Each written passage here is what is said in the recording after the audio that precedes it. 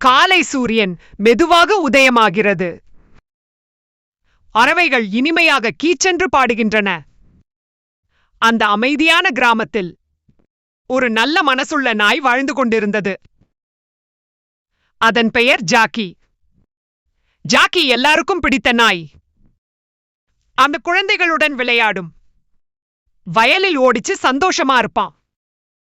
ஆனா ஒரு சிறிய கவலை இருந்தது.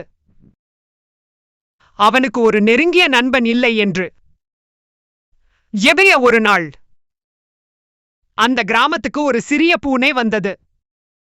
வெள்ளை நிறம், மெதுவான நடை, சின்ன சோகமான முகம். அதன் பெயர் டாமி. ஜாக்கி அருகே வந்து கேட்டான், ஹலோ, நீ யார்? டாமி மெதுவாக சொன்னது, எனக்கு யாரோ இல்ல, நான் தனியா இருக்கேன் பேப. ஜாக்கி சிரித்துக்கொண்டு சொன்னான், கவலைப்படாதே, இனிமேல் நான் உன் நண்பன். அந்த வார்த்தையை கேட்டதும் டாமியின் முகம் மலர்ந்தது. ஜாக்கியும் டாமியும் சேர்ந்து விளையாடினார்கள். வயலில் ஓடினார்கள். எண்ணின பட்டாம்பூச்சிகளை துரத்தினார்கள். நாள்தோறும் அவர்களின் நட்பு இன்னும் வலுவானது. அவனைய ஒரு நாள் ஒரு தந்திரமான குரங்கு அந்த கிராமத்துக்கு வந்தது. அது வீடுகளிலிருந்து உணவை மறைமுகமாக திருட ஆரம்பித்தது.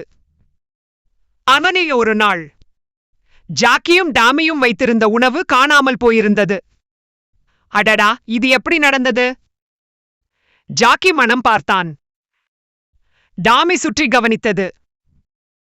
சில நேரத்தில் அவர்கள் உணர்ந்தார்கள், இது குரங்கின் வேலை. ஜாக்கி சொன்னான், நாம் ஒரு நல்ல திட்டம் போடலாம்.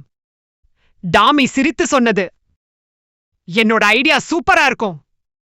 அவர்கள் ஒரு வாழைப்பழத் தோலை எந்தவோன உணவின் அருகில் வைத்தார்கள். இப்போ காத்திருப்போம். குரங்கு மெதுவாக வந்து யனவோனவை எடுக்க முயன்றது. அடுத்த நொடி சறுக்கி கீழே விழுந்தது. குரங்கு எழுந்து சோகமாக சொன்னது, மன்னிச்சுங்க, இனிமேல் நான் திருட மாட்டேன்ட. ஜாக்கி சிரித்து சொன்னான், பரவாயில்ல, தவறு எல்லாரும் செய்றோம், இனிமே நான். டாமி சொன்னது, நல்லவனாக இருந்தால் நீயும் நம்ம நண்பன். அந்த நாளிலிருந்து